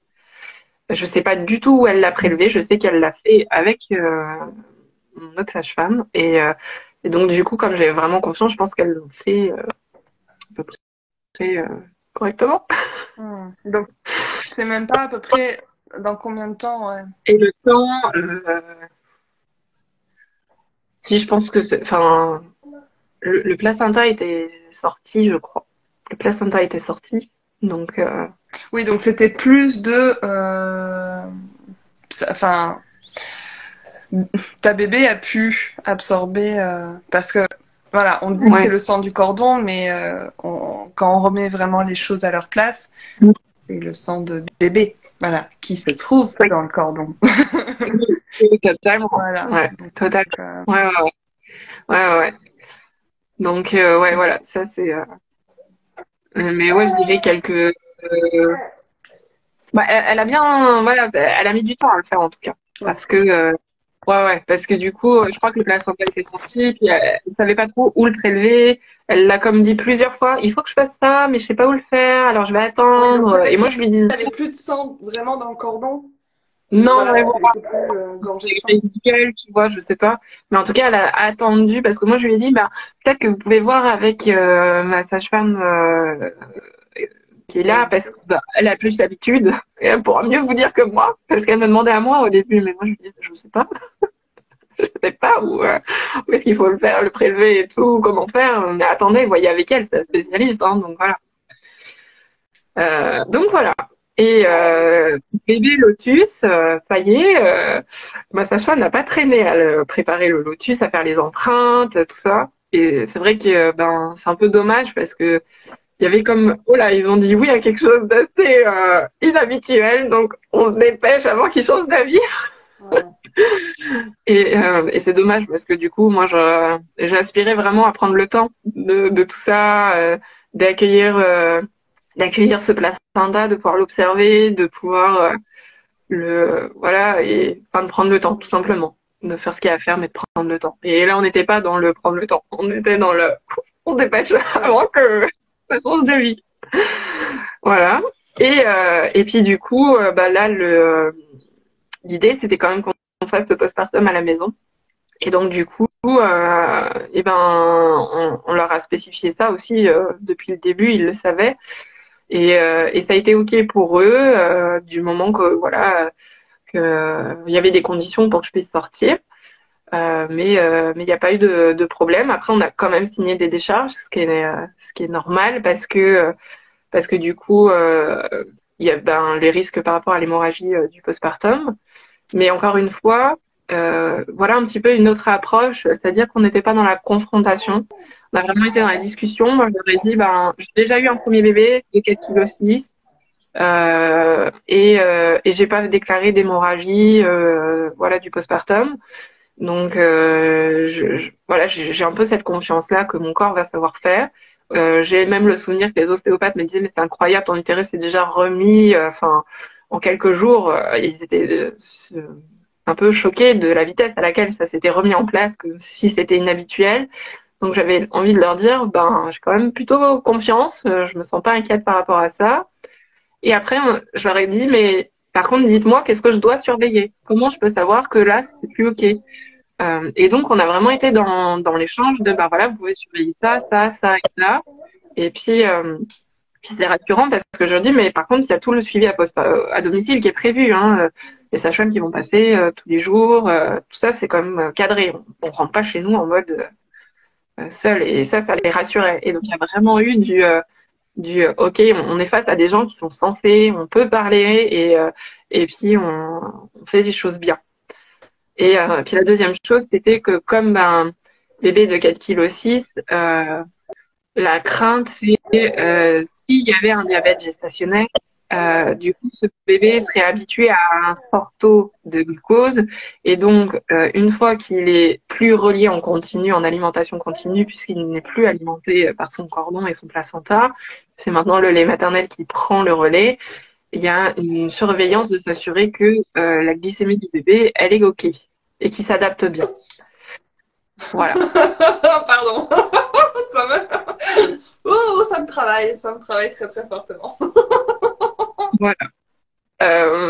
Et ça, ben oui, en effet, mon fils aîné, c'est ce qui s'est passé. Il a été piqué très régulièrement pour voir sa glycémie. Elle était parfaite parce que je ne fais pas de diabète gestationnel. Je mets au monde des bébés de 4,6 kg, mais je ne fais pas de diabète gestationnel. C'est normal pour moi, c'est comme ça, c'est ma physionomie, c'est même de famille, je dirais. Voilà.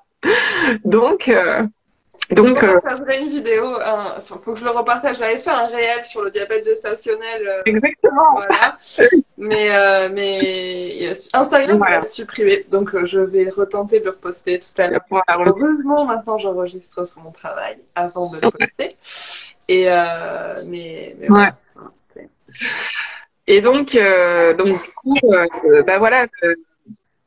Là encore, on a vraiment accueilli ça et puis on leur a dit, ok, comment on peut voir qu'il y a peut-être quelque chose qui va pas chez notre bébé. On a posé les bonnes questions. Oui, c'est ça. Vous êtes allé dans le dialogue. Vous êtes allé vous mettre sur un langage qui leur était confortable, de façon à qui vous laisse tranquille, et vous être posé dans le sens où qu'est-ce qui m'est confortable ou pas. Voilà. Ouais. C'est ça, c'est parce que on n'est pas bête, on n'a pas envie de se mettre en danger en fait. Donc on a vraiment été dans le là pour le coup voilà comment évaluer la glycémie du nouveau-né visuellement etc. par d'autres signes. Je n'en sais rien, je ne suis pas documentée là-dessus. Donc je vous pose la question à vous spécialistes et on voit comment on peut trouver. Il y a Romain qui balance des trucs par la fenêtre.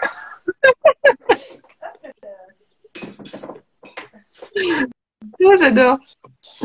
Voilà, on a des voisins en dessous, donc ça serait bien qu'on n'assomme pas nos voisins. Je vais récupérer le truc. Ouais. Donc voilà. Et j'ai beaucoup aimé leur approche aussi de nous dire si vous avez le moindre doute, il y a quoi que ce soit qui vous inquiète, n'hésitez pas à revenir. C'est pas parce que vous avez signé de décharge puis que vous êtes parti que vous pouvez pas revenir. Voilà, c'est vraiment c'est comment chacun va trouver de la sécurité et prendre des décisions en ayant vraiment posé tout le décor. Voilà. Et parce que bah oui, moi j'ai pas une confiance aveugle en fait en le personnel avec la blouse blanche. C'est vrai que ça, je suis curieuse, je pose des questions, j'ai besoin d'avoir compris et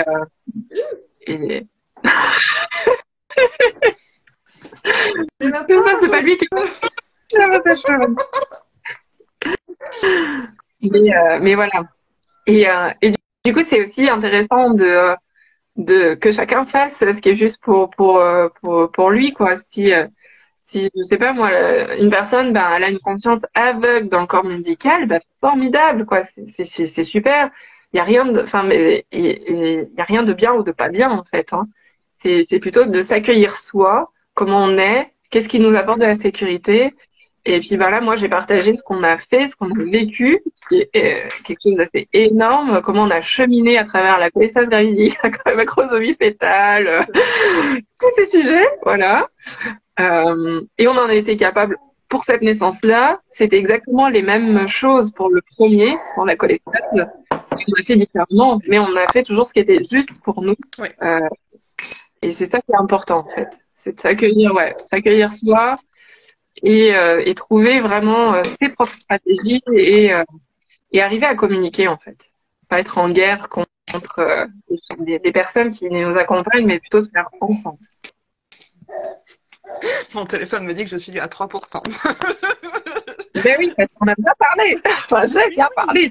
Mais oui. Mais en fait, justement, j'allais te demander quels sont les mots que tu aimerais partager pour clôturer. Et Robin a vu le câble, donc maintenant il court vers le chargeur. Mais en fait, c'est ça, voilà. Tu reviens sur l'importance de communiquer, qui en soi pour faire du lien et cheminer vers ce qui nous est pas à pas. Voilà. Exactement, ouais. Et qu'en fait, c'est ça. Enfin, c'est curieux, mais c'est de se dire, j'ai le droit de changer d'avis, j'ai le droit de revenir sur ma décision, j'ai le droit tout simplement de faire comme j'ai envie de le faire, pas à pas, et que tout peut changer d'un pas entre le premier pas et puis le dernier pas. Ben ouais, il y a plein de choses qui changent et qui font évoluer ma pensée. Mais c'est vraiment essayer d'oser en fait aussi se faire entourer de personnes qui vont soutenir ce dialogue. Parce que moi, j'aurais certainement pas été capable de faire tout ça si j'avais pas eu tous ces espaces d'écoute avec toi, avec Magali, avec toutes les autres personnes qui nous ont soutenus et qui, voilà, parce que j'ai ouvert plein d'espaces de parole avec mon conjoint aussi pour lui poser. Ok, si on va à la maternité, j'ai peur de tout ça. En fait, voilà, je le pose là, j'ai peur de tout ça. Et si on y va, j'ai besoin que toi, ça soit très clair, qu'il y a ça et ça, que tu vas devoir prendre en charge et protéger. Et commencer pour toi. Et c'est ça qui est vraiment précieux dans une naissance. Parce que il n'y a pas de boule de cristal. On peut pas prédire comment va se passer une naissance. C'est impossible. Même si on a une grossesse qui se passe super bien, qu'on prévoit un super projet, etc., personne ne peut le garantir en fait. Et c'est comment j'accueille l'imprévu. Moi, je n'ai fait qu'accueillir l'imprévu pendant 5 jours. Et je crois que c'est ça qui va permettre de se sentir aussi respecté. Parce que malgré tout, moi, le ressenti que je garde, c'est que j'ai vécu une naissance respectée. Parce que j'ai été entendue et j'ai pu prendre le pouvoir et choisir et on a fait ensemble. Voilà. Et tu vois, tu me donnais les mots de la fin et j'ai tiré 2 cartes avant de faire ce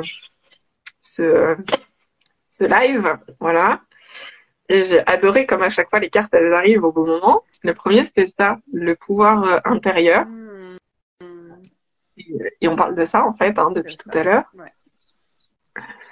Voilà. Et il y avait la deuxième, c'était se lancer. Se lancer, et donc je vous le lis. Un nouveau départ s'offre à toi. Mets tes peurs et tes appréhensions de côté. Saute, lance-toi. Laisse le courant de la vie te porter là où tu dois cheminer. Magique. Et voilà. Et la dernière, c'était celle-là. Du coup, la rose. Mon corps sait s'ouvrir comme les pétales d'un bouton de rose. Parce que la vérité, c'est que l'énergie qui m'a animée et qui nous a animés avec mon conjoint, c'est que on savait qu'on en était capable. À aucun moment donné, on a baissé les bras, abandonné ou cru que voilà. Donc, croyez en vous. Merci Pauline. Je t'embrasse très très fort. Là, il y a Romy, ça devient plus très inconfortable pour moi. Voilà, ça aurait été là, c'est parfait. Merci à toi, Charlotte, d'avoir ouvert cet espace. C'était vraiment chouette. J'ai adoré. Merci beaucoup, Pauline. Je te fais des gros bisous. Ouais, et puis mettez-nous en commentaire tout ce qui vous vient à l'écoute de tout ça. Comment c'est pour vous? Partagez, parce que moi j'adore ça, échanger autour de ce sujet. Allez, bisous, ma belle. Ciao, ciao. Ciao.